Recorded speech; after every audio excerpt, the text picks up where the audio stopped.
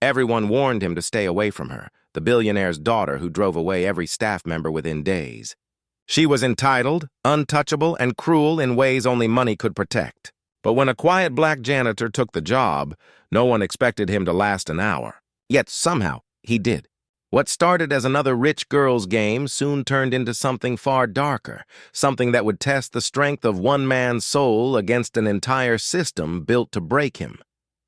What really happened behind those mansion doors? Before the mansion, before the whispers, he was just Smith, an honest janitor who believed hard work still meant something. Every morning before sunrise, he'd clock in at the city's public school, mop in hand, smile ready. He never complained, never missed a day, and never asked for more than respect. But respect was something the world rarely offered men like him. When the private cleaning agency called with a special client, he thought it was just another job, another floor to polish, another paycheck to stretch. What he didn't know was that his name was being placed inside a world that didn't want him there. The billionaire's mansion sat high on the hill, its glass walls shining like judgment itself.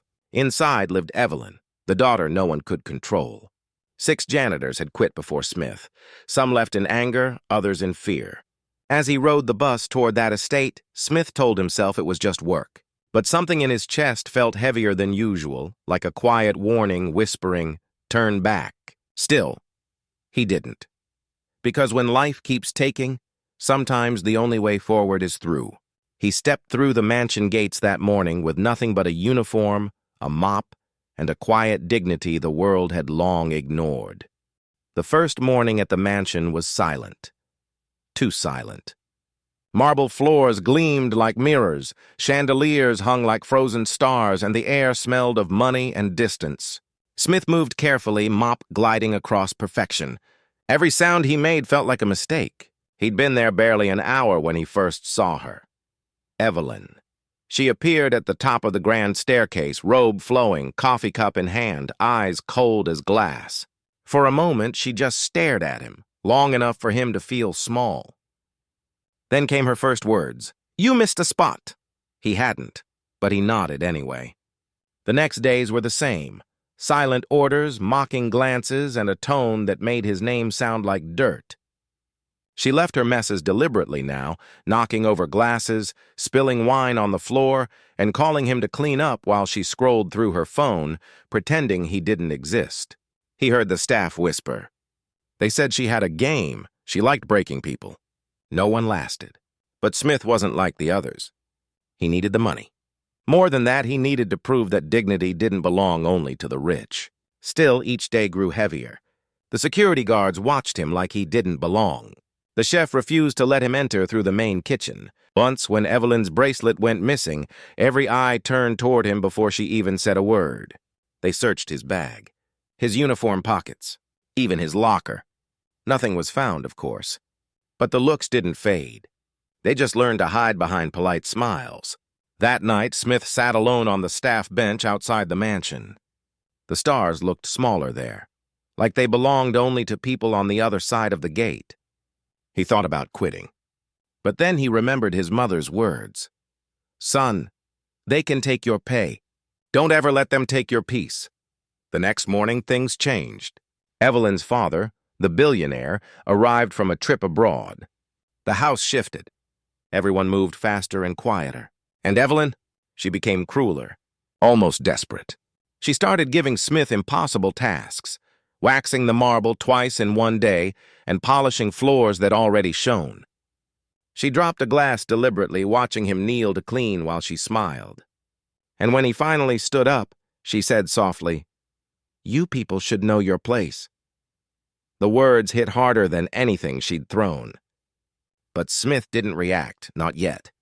Later that day, he saw her crying alone by the pool, the first time he'd seen her human. He almost walked away, but something in him hesitated. Maybe she wasn't the monster they said she was. Maybe she was broken too. He stepped closer. "Miss, are you—" She turned sharply, eyes red, voice shaking. "Don't you dare talk to me." That night, the security alarm went off. Everyone rushed to the East Wing. And when they got there, Evelyn was standing in the hallway, pointing directly at Smith. "He was in my room." The room fell silent. The billionaire stood at the top of the stairs, face cold, eyes sharp. Evelyn's voice trembled but carried through the marble halls.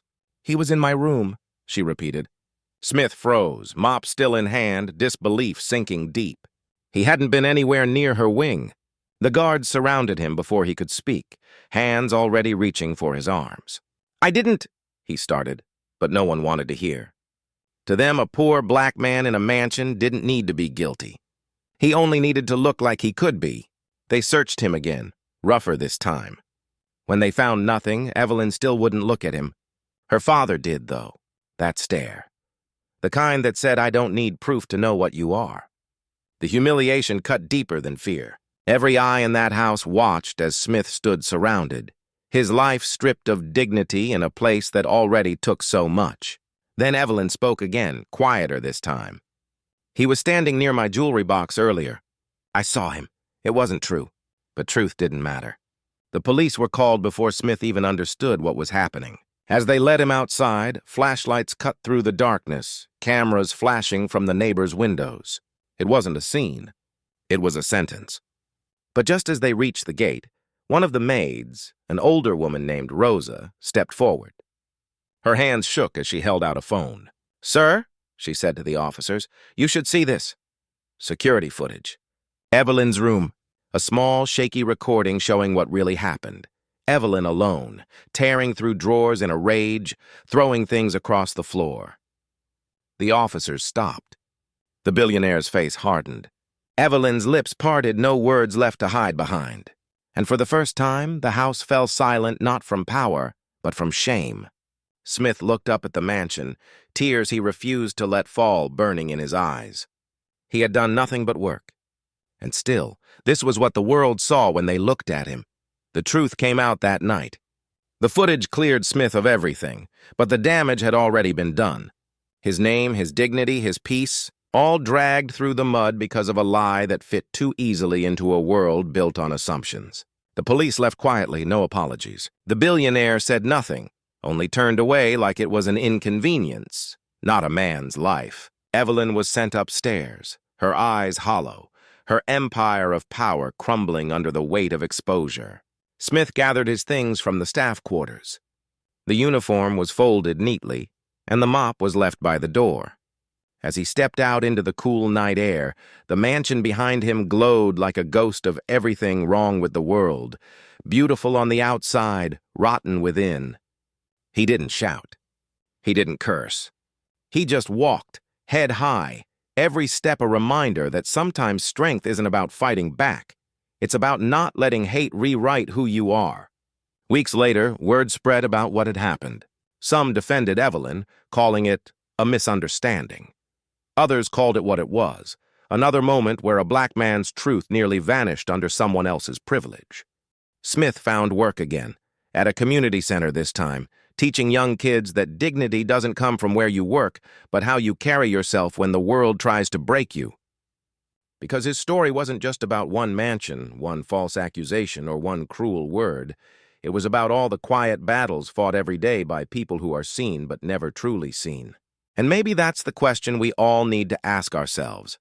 How many more Smiths will it take before the world finally learns to look beyond the color of a man's skin and see the truth of his character?